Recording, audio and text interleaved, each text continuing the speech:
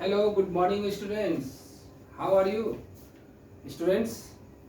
मैं Vinay sir wisdom tutorial Dhanbad से फिर से आपके सामने आप एक नए टॉपिक के साथ आपके पास प्रेजेंट हूँ। और आज जो मैं आपके सामने जो टॉपिक लेके आया हूँ वो टॉपिक है मौसम। और ये टॉपिक क्लास 9 के फिजिक्स के चैप्टर 1 का ये टॉपिक है। चैप्टर 1 है फिजिक्स, साइंस के फिजिक्स का। तो हम लोग इस टॉपिक को हम लोग समझेंगे, जानेंगे। बहुत ही शानदार सा चैप्टर है, बहुत प्यारा सा चैप्टर है।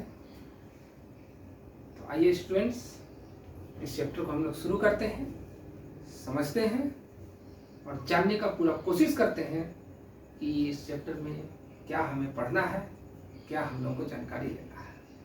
तो इस चैप्टर में सबसे पहले हम लोग पढ़ेंगे, जो चैप्टर का नाम दिया हुआ है मौसम, इसी मौसम के बारे में पढ़ेंगे कि मौसम क्या है, मौसम कहते किसको है। तो मौसम, अगर हम लोग बात करते हैं मौसम, तो मौसम का मतलब क्या हो गया, हिंदी में इसको बोलते हैं गति करना। गति करना यानी कि मूवमेंट, चलना। मूवमेंट, गति करना, चलना, इसको ही हम लोग कहते हैं मौसम। आप बहुत सारे ऑब्जेक्ट को देखते होंगे कि एक जगह से दूसरी जगह चलते हैं। आप खुद भी एक जगह से दूसरी जगह जाते हैं। आप अपने घर से मार्केट जाते हो सब्जी लाने के लिए, तो चल के जा रहे हैं या गाड़ी से जा रहे हैं तो मौसम में है। ट्रेन से आप कहीं जा रहे हैं तो मौसम में है। बाइक से जा रहे हैं तो मौसम में है। आपके घर में पंखा लगा हुआ है, पंखा चल रहा है तो मौसम में है। पेड़ का पत्ता हिल रहा है तो वो मौसम में है। तो ये सारा चीज मौसम है। हम लोग जिस पे रहते हैं, कहने का मतलब अर्थ पे हम लोग रहते हैं, तो अर्थ भी मौसम में है। कैसे? अर्थ, आप जानते होंगे कि अर्थ अपने में भी घूमती है और अर्थ सन के चारों ओर भी घूमती है। तो ये भी क्या है, मौसम में है। आप देखेंगे क्या कि हर एक चीज जो है मौसम में है। तो इसी चीज के बारे में हम लोगों को पढ़ना है इस चैप्टर में, मौसम के बारे में। तो मौसम का एक अच्छा से एक डिफिनेशन मैं यहां लिख दे रहा हूं, इसको आप लोग समझिए। यस, तो स्टूडेंट्स यहाँ पर देखिए, एक सिंपल सा डिफिनेशन मैंने मौसम का लिखा है। टॉपिक मौसम। An object is said to be in motion if its position changes continuously with respect to a fixed observer और रेफरेंस पॉइंट। इसका मतलब समझते हैं स्टूडेंट्स। एन ऑब्जेक्ट, एक object is said to be in motion, वह motion में कहलाता है या कहलाएगा। कब कहलाएगा? इफ, यदि इट्स पोजीशन, उसका जो पोजीशन है, चेंजेस, बदलता है, उसका स्थान, उसका जगह बदलता है, कंटिन्यूअसली बदलता है। ये नहीं कि बदल के रुक गया, वैसा नहीं, कंटिन्यूअसली बदलते रहता है। With respect to a fixed observer, एक फिक्स्ड ऑब्जर्वर का रेस्पेक्ट में, और रेफरेंस पॉइंट या एक फिक्स्ड रेफरेंस पॉइंट से वो हमेशा क्या होता है, बदलते रहता है। तब हम कहेंगे कि वह ऑब्जेक्ट मौसम में है। इसका मतलब ये चीज समझिए। जैसे देखिए, ये आपका ये बोर्ड हो गया, तो इस बोर्ड को हम कहेंगे रेफरेंस पॉइंट। ये बोर्ड हो गया, जो ये क्या हो गया आपका रेफरेंस पॉइंट, या इसी को बोलेंगे फिक्स्ड ऑब्जर्वर। ये फिक्स्ड ऑब्जर्वर हो गया। अब हम हो गए ऑब्जेक्ट। अब हम क्या होंगे, देखिए ये फिक्स्ड है यानी फिक्स्ड ऑब्जर्वर हो गया, रेफरेंस पॉइंट हो गया। अब इसमें रेस्पेक्ट में हम देखिए यहां से इस तरीके से चल रहे हैं, तो चल रहे हैं। तो देखिए हम क्या किए, पोजीशन को चेंज किए। मेरा पोजीशन पहले यहां था, यहां से हम यहां पर आए, तो पोजीशन क्या हो गया, चेंज हुआ। और ये जो हो गया ये फिक्स्ड ऑब्जर्वर हुआ, यहाँ ये बोर्ड जो है फिक्स्ड ऑब्जर्वर है, ये रुका हुआ है। और रेफरेंस पॉइंट, इसको रेफरेंस पॉइंट, अगर ये भी चलेगा और हम भी चलेंगे तो हम लोग कोई ना हम इसका रेफरेंस में हुए ना वो हमारे रेफरेंस में होगा, वैसे नहीं, एक ऑब्जेक्ट को रुका हुआ होना चाहिए। तो ये ऑब्जेक्ट मेरा बोर्ड जो है ये रुका हुआ है और हम क्या कर रहे हैं, इधर से ऐसे जा रहे हैं, तो देखिए हम पोजीशन चेंज कर रहे हैं, तो ये हम हो गए मोशन में। तो वही चीज हुआ कि एक ऑब्जेक्ट को हम लोग मोशन में कहेंगे, कब कहेंगे, यदि उसका पोजीशन जो है चेंज होते रहता है कंटिन्यूसली, कंटिन्यूसली मतलब होता है लगातार, लगातार अगर उसका चेंज होते रहता है with respect to a fixed observer, fixed observer होना चाहिए, फिक्स, इसके ऑब्जर्वर हम लोग मान लिए, तो ये ऑब्जर्वर का फिक्स्ड हो गया। और रेफरेंस पॉइंट, इसको फिक्स्ड ऑब्जर्वर बोलिए या रेफरेंस पॉइंट बोलिए, और हम लोग जो है पोजीशन को चेंज कर रहे हैं। कहने का मतलब सिंपल ही अगर कि अगर हम लोग अब एक जगह से दूसरे जगह चल रहे हैं या कोई भी ऑब्जेक्ट अपना पोजीशन को चेंज कर रहा है, अपना जगह को चेंज कर रहा है, बस सिंपल सा बात है, जगह को चेंज कर रहा है वो हो गया मोशन में, जगह को चेंज नहीं कर रहा है वो मोशन में नहीं होगा। सिंपल सा फंडा है यही चीज। अब इसमें लेकिन ये पॉइंट को हमेशा याद रखिएगा, फिक्स्ड ऑब्जर्वर या रेफरेंस पॉइंट, इसको हमेशा ध्यान में रखिएगा कि ये क्या है। तो रेफरेंस पॉइंट फिक्स्ड ऑब्जर्वर जो रुका हुआ है और उसको रेस्पेक्ट में हम लोग अगर ले रहे हैं तो वही चीज हुआ। Clear students? चलिए ओके, यस स्टूडेंट्स, अब हम लोग न्यू टॉपिक फिर लेते हैं, रेस्ट। रेस्ट, रेस्ट मीन्स हो गया स्थिर, रुका हुआ। सेम डिफिनेशन थोड़ा सा चेंज मैंने किया, क्या, एन ऑब्जेक्ट, एक object is said to be at rest, एक ऑब्जेक्ट रेस्ट में कहलाता है। कब कहलाता है भाई? इफ इट्स पोजीशन, यदि उसका पोजीशन, स्थान, जगह डज नॉट चेंज, चेंज नहीं हो रहा है कंटिन्यूसली, कंटिन्यूस चेंज नहीं हो रहा है या हो ही नहीं रहा है, with respect to a fixed observer, fixed observer के रेस्पेक्ट में या रेफरेंस पॉइंट में, तो हम लोग कहेंगे कि वो ऑब्जेक्ट क्या है, रेस्ट में। मतलब पोजीशन चेंज नहीं किया तो वो रेस्ट में है, पोजीशन चेंज किया वो हो गया मोशन में। बस सिंपल सा थिंग। यस यस स्टूडेंट, अब हम लोग यहाँ पर नेक्स्ट टॉपिक हम लोग समझेंगे, rest and motion are related to each other. ये जो रेस्ट और मोशन है ये दोनों आपस में एक दूसरे से रिलेटेड है। इस टॉपिक का मतलब क्या हुआ, एक कंडीशन में हम देखेंगे कि वो ऑब्जेक्ट जो है मोशन में है, और उसी ऑब्जेक्ट को जब दूसरे कंडीशन में जब हम देखेंगे तो पता चलेगा कि वो ऑब्जेक्ट रेस्ट में है। मतलब सेम ऑब्जेक्ट रेस्ट में है, सेम ऑब्जेक्ट मोशन में है। अब ये क्या है, इसका क्या मतलब हुआ, ये चीज को हम लोग समझते हैं। जैसे हम लोग बहुत सारे एग्जाम्पल है, एक एग्जाम्पल हम आपको लेते हैं। जैसे अगर हम अपने स्टडी रूम को, अपने क्लासरूम को अगर हम लोग लेते हैं तो हम लोग का क्लासरूम है, अगर आप क्लासरूम को देखिएगा जहां आप पढ़ रहे हैं वो रेस्ट में है। आपका जो स्टडी टेबल है जिस पे आप पढ़ रहे हैं वो देखिए रेस्ट में है, वो पोजीशन चेंज नहीं करता है। अभी हम इस तरह से आपके सामने इस जगह से खड़ा हो जाएंगे और इसी तरह से रहेंगे तो हम पोजीशन चेंज नहीं कर रहे हैं, तो हम क्या हो गए, रेस्ट में है, क्योंकि हम पोजीशन चेंज नहीं कर रहे हैं। लेकिन हम इसी चीज को हम कहेंगे क्या, हम इसे रुके हुए ही हैं, लेकिन हम आपको बताएंगे कि नहीं हम रेस्ट में। आप तो कह रहे हैं कि हम रेस्ट में हैं, हम भी रेस्ट में, मैं भी कर रहा हूँ कि रेस्ट में, लेकिन अगर हम दूसरे रेस्पेक्ट में अगर कहेंगे कि नहीं हम रेस्ट में नहीं, हम मोशन में हैं, तो आप सोचिएगा अरे ये कैसे मोशन में है। अभी आपने बताया कि जो ऑब्जेक्ट अपना पोजीशन चेंज नहीं करता है तो वो रेस्ट में होता है, जो पोजीशन चेंज करता है वो मोशन में होता है। तो हम यहाँ जब रुके हुए हैं, पोजीशन चेंज नहीं कर रहे हैं, तो हम मोशन में कैसे होगी, तो ये मोशन में कैसे होगी, क्लासरूम जो है वो मोशन में कैसे हो गया? आपका स्टडी टेबल है जहां रखा हुआ वो रेस्ट में है, लेकिन वो रेस्ट में रहते हुए भी वो मोशन में हो गया। वो कैसे हो गया भाई? वो इस तरीका से हुआ कि जो क्लासरूम है, जो स्टडी टेबल है, या हम जो भी खड़ा होकर आपको पढ़ा रहे हैं यहाँ पर, इसी जगह से एक ही पोजीशन पे खड़ा होकर पढ़ा रहे हैं, इस जगह से बोल रहे हैं सिर्फ आपको, तो हम मौसम में हैं। ये कैसे हो गया? क्योंकि हम लोग सभी जो है कहाँ पर रहते हैं? अर्थ पर रहते हैं। और ये जो अर्थ है ये कंटिन्यूसली मोशन में है। और अर्थ के पास दो दो मोशन है, ये आपको पता होगा। एक जो है अर्थ अपने में घूम रही है, अपना एक्सिस में वो घूम रही है, ये आपको पता है कि अपने एक्सिस में वो क्या कर रही है? घूम रही है। और दूसरा साथ साथ क्या है कि वो सन, ये अर्थ मान लेते हैं सन, सन के चारों ओर भी घूम रही है।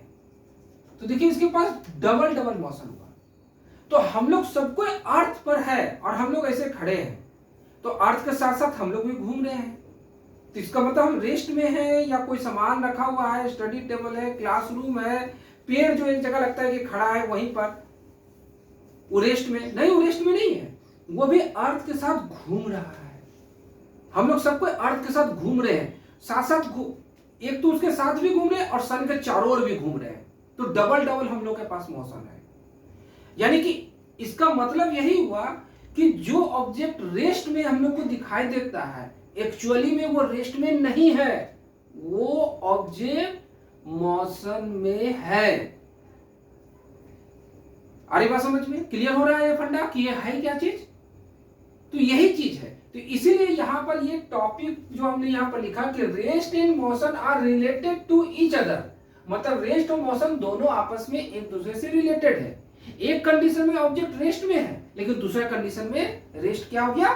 मोशन में हो गया। जैसे अभी हमने बताया कि स्टडी टेबल या क्लासरूम है वो रेस्ट में है, वो पहला कंडीशन हो गया कि रेस्ट में, लेकिन वो किसके रेस्पेक्ट में रेस्ट में है? किसी भी अगर ऑब्जेक्ट का हम लोग रेफरेंस पॉइंट बना लेते हैं तो वो भाई नहीं चल रहा है, अपने जगह पर है, तो हम लोग देख लिए को रेस्ट में। लेकिन जब अगर हम लोग उसके अर्थ पे अगर हम लोग बात करेंगे कि अर्थ के साथ वो घूम रहा है, तो हम बोलेंगे कि वो क्या है? मोशन में। तो दूसरा ये हो गया, अनदर पॉइंट में हो गया। तो इसलिए हम लोग कहते हैं कि रेस्ट और मोशन जो है दोनों एक दूसरे से रिलेटेड है। इसका बहुत सारे एग्जांपल्स है, वो एग्जांपल्स आप लोग खुद से लिखिए स्टूडेंट्स, जो हमने बताया आपको। और भी आप इस तरीके से कोई भी एक एग्जांपल ले लीजिए और लेकर आप लिख सकते हैं। आप एक ट्रेन वाला भी एग्जांपल ले सकते हैं। ट्रेन में पैसेंजर जो है बैठे हुए हैं, ठीक है, तो पैसेंजर एक दूसरे के सामने बैठे हुए हैं, तो वो क्या हो गया? रेस्ट में हो गया, ठीक है। लेकिन ट्रेन जो चल रही है, जब हम लोग बाहर देखते हैं ट्रेन चल रही है एक स्टेशन से दूसरे स्टेशन, दूसरे से तीसरे, तो वो क्या हो गया? बाहर हम लोग देखें तो हम लोग क्या हो गया? हम लोग मौसम में हम लोग को दिखाई दे रहा है। बाहर में जितना सारा ऑब्जेक्ट है वो सब कुछ चल रहा है, लग रहा है कि वो चल रहा है, तो हम लोग मौसम में है। और जबकि हम लोग बैठे हुए हैं, तो एक कंडीशन में बैठे हुए हैं तो हम लोग रेस्ट में हो गए, एक कंडीशन में देखते हैं कि एक स्टेशन से दूसरे स्टेशन पहुंच गए, तो हम लोग मौसम में हो गए। तो रेस्ट और मौसम क्या हो गया? एक दूसरे से रिलेटेड चीज हो गया।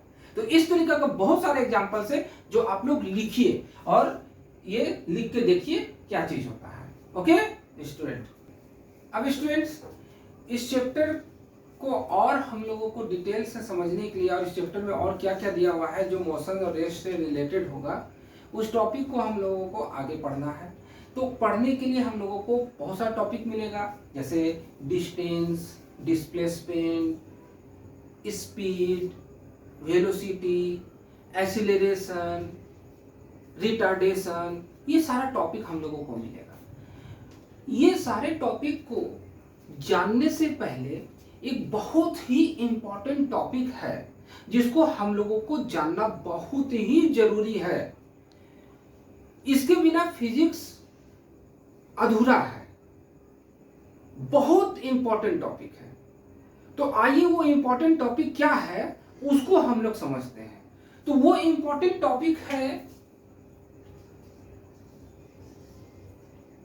Physical quantity. फिजिकल क्वांटिटी ये इंपॉर्टेंट टॉपिक है, इसके बारे में हम लोग डिस्कस करेंगे। पहले इसको समझेंगे कि फिजिकल क्वांटिटी क्या है और उसके बाद इसके अंदर का जो जो टॉपिक है जो इस चैप्टर में दिया हुआ है उसको हम लोग पढ़ लेंगे। इसके बिना उस टॉपिक को समझना बेकार है, तो इसलिए ये पढ़ना जरूरी है। फिजिकल क्वांटिटी होता क्या है ये समझते हैं। देखिए स्टूडेंट्स, ये फिजिकल क्वांटिटी है, ये हम लोग सब कोई जानते हैं कि फिजिकल क्वांटिटी क्या है, लेकिन हम लोग को पता नहीं है। मतलब हम लोग यूज कर रहे हैं लेकिन हम लोग को पता नहीं है। कैसे समझिए इस चीज को। जैसे हम लोग मार्केट हम लोग जाते हैं, कोई सामान खरीदते हैं, तो सामान हम लोग खरीदे, तो सामान जैसे खरीदते बहुत सारा टाइप का सामान खरीदते हैं। अगर मान लीजिए कोई तौल कर हम लोग सामान लेते हैं, ठीक है, सब्जी वगैरह लिए, किराने की दुकान में हम लोग गए तो वहां पर कुछ जैसे चीनी वगैरह लिए और बहुत सारी चीज जो तौल के हम लोग को देता है, तो उसमें हम लोग को क्या बोलते हैं कि वो दे रहा है, तो उसको हम लोग वेट जनरली हम लोग बोलते हैं कि उसका वेट कितना वेट है भाई, तो 1 केजी वेट है, 2 केजी वेट है, इस तरीके से बोलते हैं। हालांकि वो वेट नहीं होता है, उसको हम लोग मास बोलते हैं, वो मास होता है। तो स्टूडेंट कभी हम बाद में आपको बताएंगे कि वेट और मास में क्या डिफरेंस है, ये भी हम लोग का टॉपिक है, इसको भी पढ़ना है कि वेट और मास में क्या डिफरेंस होता है, ठीक है। तो वेट है तो हम लोग बोलते हैं जनरल वेट, हम लोग बोलते हैं कि आपका वेट कितना हो रहा है, तो हम लोग वेट, जो वेट मशीन होता है वो वेट मशीन में हम लोग जाते हैं और जाने के बाद जो है हम लोग अपना वेट नापते हैं। हम लोग वेट अपना नहीं, हम लोग मास अपना नापते हैं। तो खैर उसको बाद में डिस्कस करेंगे कि वेट और मास में क्या डिफरेंस है। तो ये हो गया। अगर हम लोग अब दूसरा चीज बात करते हैं, यहाँ से आप अपने स्कूल जाते हैं, यहाँ से हम लोग स्टेशन जाते हैं, यहाँ से हम लोग मार्केट जाते हैं या कहीं भी जाते हैं, तो वो एक हम लोग डिस्टेंस मेजर करते हैं, तो वो डिस्टेंस हो गया, ठीक है, ये डिस्टेंस हम लोग करते हैं। हम लोग गाड़ी चलाते हैं, ट्रेन चल रही है, चाहे कोई भी चीज जो है चल रहा है, तो हम लोग बोलते हैं वो इतना स्पीड में चल रहा है गाड़ी, तो ये स्पीड हो गया, ठीक है। तो इस तरीके से बहुत सारा चीज हम लोग जो है अपने लाइफ में यूज करते हैं। तो ये सब जितना भी चीज जो अभी मैंने 4 चीज लिखा, वेट, मास, डिस्टेंस, स्पीड, और ये बहुत है। तो ये जितना भी चीज ये है, इसको ही फिजिकल क्वांटिटी हम लोग करते हैं। तो इसको फिजिकल क्वांटिटी कहने का कारण क्या है? इसको फिजिकल क्वांटिटी इसलिए कहा जा रहा है क्योंकि ये जितना भी चीज है सबको हम लोग मेजर करते हैं, सबको हम लोग मापते हैं, और इसको मापने के लिए कोई ना कोई यूनिट का हम लोग यूज करते हैं। कभी यूनिट चैप्टर भी हम लोग पढ़ेंगे, यूनिट इसी में पढ़ा देंगे आप लोगों को, यूनिट के बारे में भी पढ़ाएंगे, यूनिट चैप्टर का इसी में पढ़ाएंगे। तो ये जैसे वेट है उसका यूनिट अलग होता है, मास है उसका यूनिट अलग हो गया, डिस्टेंस, स्पीड, ये सबका क्या है, यूनिट है, लेकिन सबको हम लोग नापते हैं। हम लोग बोलते हैं ना कि हाँ भाई इसका वेट इतना हो रहा है, 60 केजी है इसका वेट, 30 केजी है इसका वेट, ऐसे करके हम लोग बोलते हैं। तो ये हम लोग मेजर कर रहे हैं। डिस्टेंस हम लोग बोलते हैं यहाँ से अपने स्कूल जा रहे हैं या स्टेशन जा रहे हैं या कहीं भी जा रहे हैं, तो 2 किलोमीटर है, 5 किलोमीटर है, तो मेजर किए ना हम लोग। तो ये जो मेजर किए इसी को हम लोग डिस्टेंस कर रहे हैं। स्पीड, गाड़ी चला रहे हैं, कोई धीरे चला रहा है तो बोलते हैं बहुत धीरे चला रहा है, और तेज चलाओ, बहुत धीरे, मतलब स्पीड बहुत तुम्हारा गाड़ी का कम है। अब बहुत स्पीड से चला रहा है तो उसमें हम लोग बोलते हैं बहुत स्पीड से गाड़ी चला रहा है, तो उसमें भी मेजरमेंट होता है। उसमें देखिए एक लगा हुआ रहता है स्पीड को नापने के लिए, गाड़ी में ही आपका देखिएगा लगा हुआ रहेगा स्पीड को नापने के लिए, डिस्टेंस को नापने के लिए। स्पीड को नापने के लिए जो इंस्ट्रूमेंट लगा रहता है उसको स्पीडोमीटर बोलते हैं। डिस्टेंस को नापने के लिए जो लगा हुआ रहता है उसको हम लोग ऑडोमीटर बोलते हैं। तो ये सारा चीज लगा हुआ रहता है। ये सभी टॉपिक जो है आप लोग को इसी चैप्टर में मिलेगा, सारा डिटेल हम इस चैप्टर में करेंगे आप लोगों को। तो यहाँ पर हम फिजिकल क्वांटिटी के बारे में आपको बताएं कि फिजिकल क्वांटिटी क्या होता है। जो क्वांटिटी, ये सब क्वांटिटी हो गया, जो क्वांटिटी को हम लोग मेजर कर सकते हैं उसको हम लोग फिजिकल क्वांटिटी कहते हैं। तो इसका एक डिफिनेशन हम आपको लिख देते हैं, बहुत सिंपल सा डिफिनेशन है, आइए स्टूडेंट देखिए मैंने डिफिनेशन लिखा है फिजिकल क्वांटिटी का, सिंपल सा definition, the quantity which is measurable, जो मेजरेबल होते हैं, या इज कॉल्ड फिजिकल क्वांटिटी, उसको हम लोग फिजिकल क्वांटिटी, जो मेजरेबल है जिसको माप सकते हैं, नापा जाता है, उसको हम लोग फिजिकल क्वांटिटी। एग्जाम्पल में मैंने कुछ एग्जाम्पल लिखा है। लेंथ हम लोग नापते हैं, मास नापते हैं, टाइम भी हम लोग नापते हैं, स्पीड इसको भी मापते हैं, डिस्टेंस नापते हैं, वेलोसिटी नापते हैं। ये सभी क्या है, फिजिकल क्वांटिटी। ऐसे ऐसे बहुत सारे आपको फिजिकल क्वांटिटी मिलेंगे। आपको क्लास 9 में ही बहुत सारा फिजिकल क्वांटिटी मिलेगा।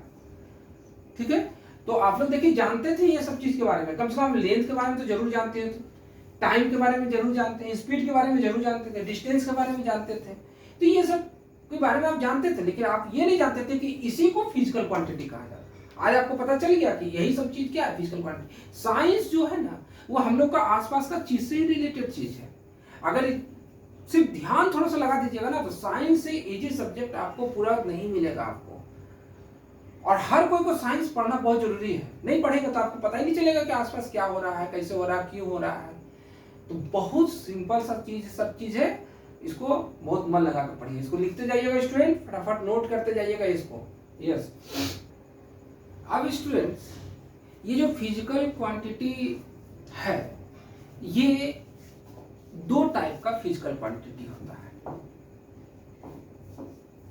फर्स्ट देखिए, हमने ये टॉपिक लिखा types of physical quantity, physical quantity के टाइप। तो फर्स्ट टाइप में मैंने लिखा स्केलर क्वांटिटी, और सेकेंड टाइप में मैंने लिखा वेक्टर क्वांटिटी। तो इस तरीके से दो क्वांटिटी।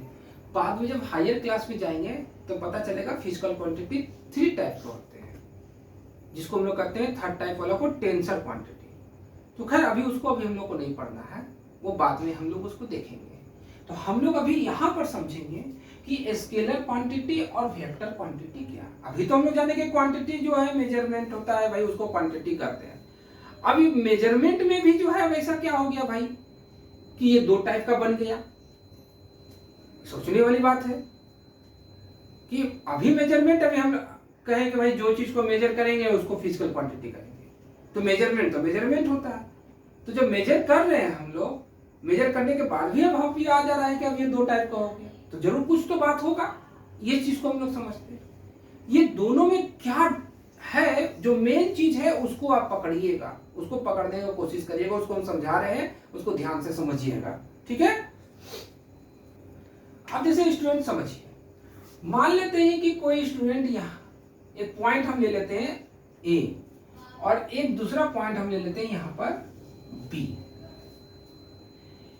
कोई स्टूडेंट, 2 स्टूडेंट लेते हैं। एक स्टूडेंट यहां से चलना शुरू करता है और उसको जाना है बी में। तो देखिए वो कैसे जा रहा है, मतलब ए से निकला और बी के पास पहुंच गया, सीधा इस तरीके से गया और पहुंच गया। ये हुआ फर्स्ट। अब एक लेते हैं दूसरा स्टूडेंट का, बात करते हैं। दूसरा स्टूडेंट देखिए वो क्या करता है, ए से निकला, पहले यहां पर गया, यहां पर, फिर यहां से निकला, यहां आया, फिर यहां आने के बाद फिर ये यहां आया,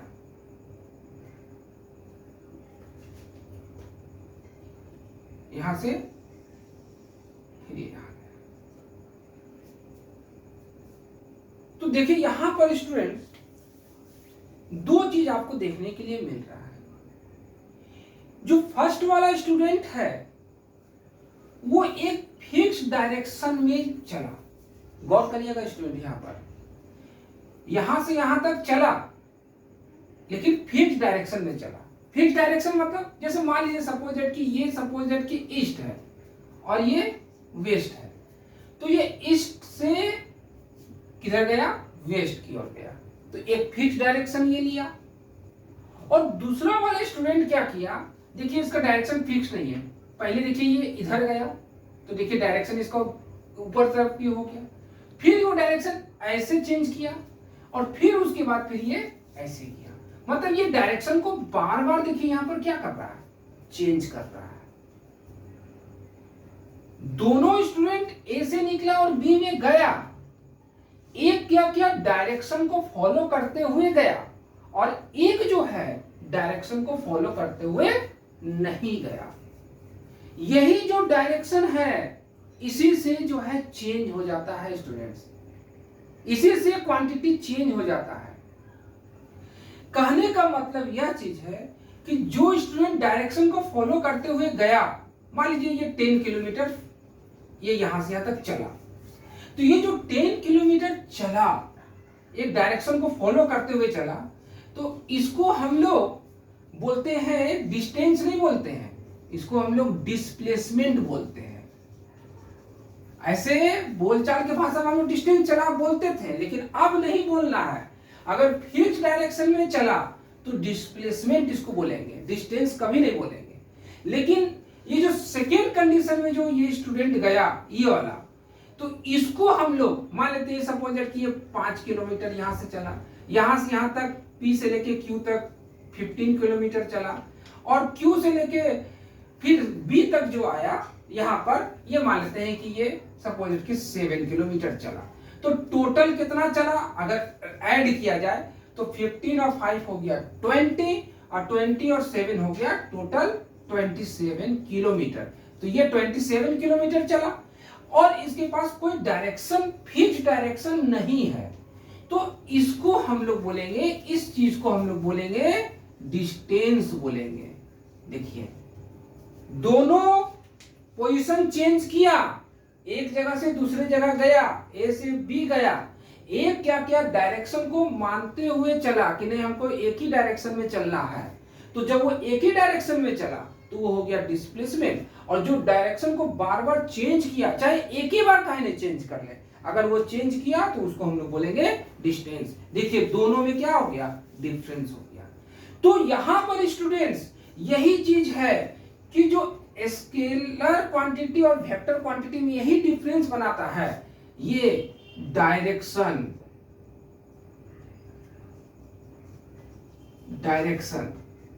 ये आपको दिमाग में रखना होगा। इसी डायरेक्शन की वजह से दो टाइप का फिजिकल क्वांटिटी हो जाता है। अब एक चीज और यहां पर हम बताना चाहेंगे, ये जो 10 किलोमीटर स्टूडेंट चला ना, तो इसको हम लोग बोलते हैं मैग्नीट्यूड, मैग्नीट्यूड बोलते हैं फिजिक्स के भाषा में। और ये जो 27 किलोमीटर भी चला तो इसको भी हम लोग मैग्नीट्यूड बोलेंगे, मैग्नीट्यूड। तो आप यहां पर बहुत ध्यान से समझ लीजिए कि ये जो डिस्प्लेसमेंट है इसके पास क्या है, मैग्नीट्यूड है। मैग्नीट्यूड कितना हो गया 10 किलोमीटर, और साथ ही साथ इसके पास एक फिक्स डायरेक्शन है, east to west, east to west, एक फिक्स डायरेक्शन हो गया। और डिस्टेंस में बात करते हैं, इसके पास सिर्फ देखिए आप मैग्नीट्यूड है 27 किलोमीटर, प्लस इसके पास डायरेक्शन नहीं है, इसके पास no direction, no fixed direction, no fixed direction, इसके पास कोई फिक्स्ड डायरेक्शन नहीं है। तो यहां पर जो स्केलर क्वांटिटी और वेक्टर क्वांटिटी में यही डिफरेंस हो गया। जो स्केलर है उसको हम लोग कहेंगे जिसके पास सिर्फ मैग्नीट्यूड होगा, जिसके पास जो फिजिकल क्वांटिटी के पास मैग्नीट्यूड होगा उसको हम लोग स्केलर क्वांटिटी कहेंगे। और जो क्वांटिटी के पास मैग्नीट्यूड तो है ही, मैग्नीट्यूड तो है ही, और इसके साथ साथ क्या है, डायरेक्शन भी है। डायरेक्शन मतलब फिक्स डायरेक्शन, हम लिख देते हैं इसे करके, फिक्स डायरेक्शन है, तो उसको हम लोग वेक्टर क्वांटिटी कहेंगे। अब आपको 9 में ये सब चीज समझना होगा। अब आपको ये नहीं कि इसको भी डिस्टेंस बोल देंगे और इसको भी डिस्टेंस बोल देंगे, दोनों को डिस्टेंस बोलेंगे, नहीं। अब यहां से आपको समझ के लिखना होगा कि कौन डिस्टेंस होगा, कौन डिस्प्लेसमेंट होगा। ये टॉपिक भी है आपका, जब डिस्टेंस डिस्प्लेसमेंट जब हम फिर पढ़ाएंगे तो उसमें हम डिफिनेशन लिखेंगे सिंपल सा। लेकिन ये जो अभी हम स्केलर और वेक्टर को समझाने के लिए ये अभी हमने एक एग्जांपल लिया। अब मेरे ख्याल से आपको ये समझ में आना चाहिए। तो ये चीज है स्केलर और वेक्टर। और जब थोड़ा सा और ऊंचा क्लास में जाएंगे स्टूडेंट्स, तब पता चलेगा कि वेक्टर जो क्वांटिटी है उसमें मैग्नीट्यूड और डायरेक्शन है, लेकिन साथ ही साथ एक और चीज इसमें होता है, उस क्वांटिटी को फॉलो करना होता है वेक्टर्स लॉ को, वेक्टर्स लॉ को, वेक्टर्स का लॉ को फॉलो करना होता है। क्योंकि कुछ ऐसे भी क्वांटिटी होते हैं जिसके पास मैग्नीट्यूड होता है, डायरेक्शन होता है, लेकिन वो वेक्टर क्वांटिटी नहीं होता है। उसको ये दोनों के साथ साथ वेक्टर्स लॉ को भी फॉलो करना पड़ता है। और वेक्टर्स लॉ क्या होता है, एडिशन लॉ, सब्ट्रैक्शन लॉ, बहुत सारा 2-3 लॉ होता है ये। तो ये तो खैर अभी हम लोग को 9 में नहीं पढ़ना है, इसलिए अभी इसमें हम लोग नहीं जाएंगे। जो 11th का जो क्लास है उसमें जो 11th के जो स्टूडेंट है उनको मैंने पढ़ाया है, वो अपना देख सकते हैं कि वेक्टर्स लॉ क्या होता है, क्योंकि वहां पर फिर और डिटेल इसमें फिर जाना है, वो देखना होगा। तो वो यही चीज होता है। कौन सा क्वांटिटी जो है ये दोनों रहने के बाद भी जो है वेक्टर नहीं होता है, वो सब मैंने जो है क्लास 11 में मैंने पढ़ाया है, उसको आप देख सकते हैं उसमें जाकर। अभी फिलहाल क्लास 9 के लिए आपको सिर्फ यही समझना है कि वेक्टर उस क्वांटिटी को कहेंगे जिसके पास मैग्नीट्यूड होता है और डायरेक्शन होता है। आप चाहे तो इसी डिफिनेशन को थोड़ा सा अच्छा से लिखने के लिए आप वेक्टर्स लॉ को भी वर्ड को जो है उसमें जोड़ सकते हैं। तो जोड़ दीजिएगा तो बहुत अच्छा लगेगा, टीचर को भी लगेगा कि हाँ इसको जानकारी है, और स्केलर के लिए सिर्फ मैग्नीट्यूड रहेगा।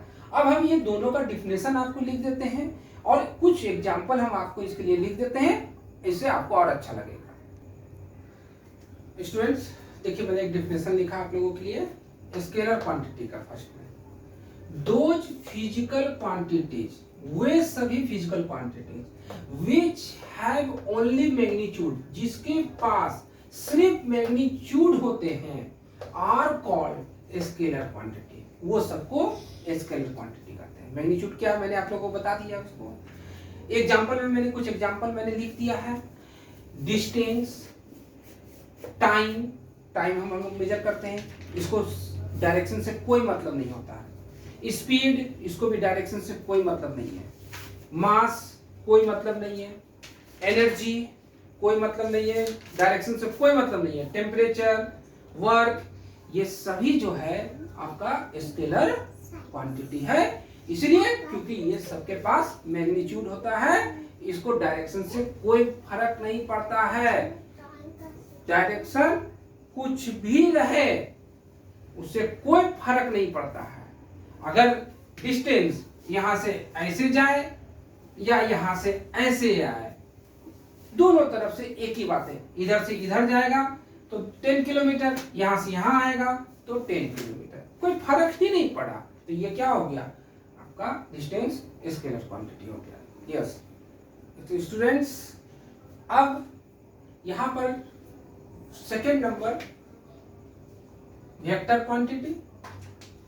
दोज फिजिकल क्वांटिटीज, वे सभी फिजिकल क्वांटिटीज विच हैव, जिसके पास मैग्नीट्यूड, जिसके पास मैग्नीट्यूड एंड फिक्स्ड डायरेक्शन, और फिक्स्ड डायरेक्शन होता है, एज वेल एज, और साथ ही साथ फॉलो वेक्टर्स लॉ और रूल, साथ ही साथ वेक्टर्स के लॉ या रूल को फॉलो करता है। आप क्लास 9 में फिर भी इसको आप लिख दीजिएगा, ठीक है। आर कॉल्ड वेक्टर क्वांटिटीज, उसको हम लोग वेक्टर क्वांटिटी कहेंगे। यस, एग्जांपल मैंने लिखा है, देखिए डिस्प्लेसमेंट जो अभी मैंने समझाया एग्जांपल में, velocity, weight, force, acceleration, momentum, ये सारा जो है ये आपका वेक्टर क्वांटिटी है।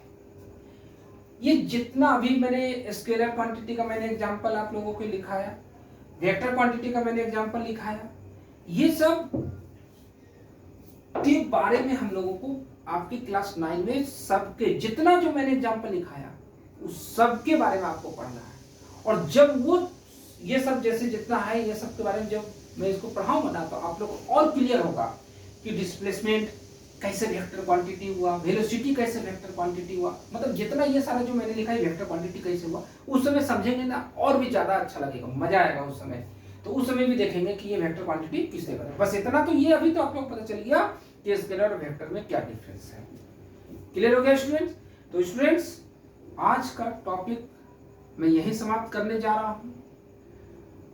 कल हम लोग का जो टॉपिक रहेगा उसमें हम लोग सबसे पहले स्टार्ट करेंगे ये जितना जो फिजिकल क्वांटिटी लिए, तो इसमें से कुछ फिजिकल क्वांटिटीज को हम लोग लेंगे जो इस चैप्टर से, मतलब ये चैप्टर जो मोशन है इससे जो रिलेटेड है, जो आपके पोर्शन में जो दिया हुआ है क्लास 9 में, उसको हम लोग लेंगे एक एक करके और उसको हम लोग पढ़ेंगे, समझेंगे, ठीक है।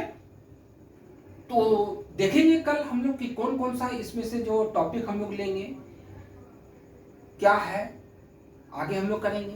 कुछ न्यूमेरिकल्स हम लोग का रहेगा। न्यूमेरिकल्स बहुत इंपॉर्टेंट होता है फिजिक्स के लिए, फिजिक्स का जो उसको करना बहुत जरूरी है। बिना न्यूमेरिकल्स जाने हुए आपका फिजिक्स का ज्ञान अधूरा है। वही स्टूडेंट्स न्यूमेरिकल बना सकता है जिसको थ्योरी, जो फिजिक्स का जितना भी जो थ्योरी है वो क्लियर है। अगर आपका फिजिक्स का थ्योरी अगर क्लियर नहीं होता है, कॉन्सेप्ट का क्लियर नहीं करते हैं, तो आप न्यूमेरिकल नहीं बना सकते। आप कोई भी एग्जाम देने जाइएगा जब कंपटीशन का, तो उसमें आपको न्यूमेरिकल्स पूछेगा, थ्योरी कम रहेगा। ये ध्यान रखिएगा इस बात का। तो अभी तक मैंने जितना पढ़ाया उसको बार बार आप लोग स्टूडेंट्स, आप लोग उसको बार बार पढ़िए, कमेंट करके बताइए कि कहाँ पर आपको नहीं समझ में आया है। जो नहीं समझ में आया है उसको हम फिर से आपको समझाएंगे, आपके कमेंट्स का हम जवाब देंगे। और स्टूडेंट्स, इस वीडियो को आप लोग शेयर करना नहीं भूलिएगा, क्योंकि मेरा एक मकसद है कि हर वो बच्चा पढ़ ले जो भारी भरकम जो ट्यूशन फी होता है वो देने में सक्षम नहीं होते हैं, उनके पेरेंट्स देने में सक्षम नहीं होते हैं। आजकल का हर इंस्टीट्यूट को मैंने देखा है कि एक भारी भरकम फीस लिया जाता है। ठीक है, जो भी लेते हैं कोई बात नहीं है, उसका अपना अलग जो फंडा है।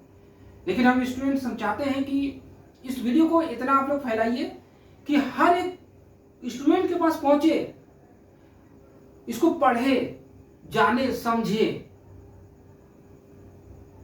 तो इसको आप लोग शेयर करिए, लाइक करिए, सब्सक्राइब करिए चैनल को। सब्सक्राइब इसलिए करिए क्योंकि जैसे ही मेरा जो नेक्स्ट वीडियो जो बनेगा जो भी टॉपिक पर, वो तुरंत आपको मिल जाएगा। चाहे वो टॉपिक 8 का हो, 9 का हो, 10 हो, 11 हो, ग्रेजुएशन का हो, किसी भी टॉपिक पे हो, सोशल साइंस का टॉपिक होगा, ठीक है, कोई भी टॉपिक होगा, जिस भी टॉपिक पे बनेगा वो आपको तुरंत पहुंचेगा। इसलिए सब्सक्राइब जरूर करिएगा। मान लेते हैं कि आप क्लास स्टूडेंट 9 का है, अभी 9 का पढ़ रहे हैं, तो चूंकि आप 9 का ही होंगे। आप मान लेते हैं मैंने वीडियो बनाया, क्लास 12 का मैंने बनाया, वो आपके पास पहुंच गया। आप मान लें आपके लिए वो उतना जरूरत नहीं है, आप क्या कर सकते हैं, 12 वाले को दे सकते हैं कि भाई देखिए ये वीडियो है, ये हमारे सर बनाते हैं वीडियो, ये पढ़ सकते हैं आप। वो बेचारे पढ़ लेंगे। और स्टूडेंट्स, आप लोग को एक और बात मैं बताने चाह रहा हूँ कि ये जो साइंस तो हम आप लोग को थ्योरी पढ़ा ही रहे हैं।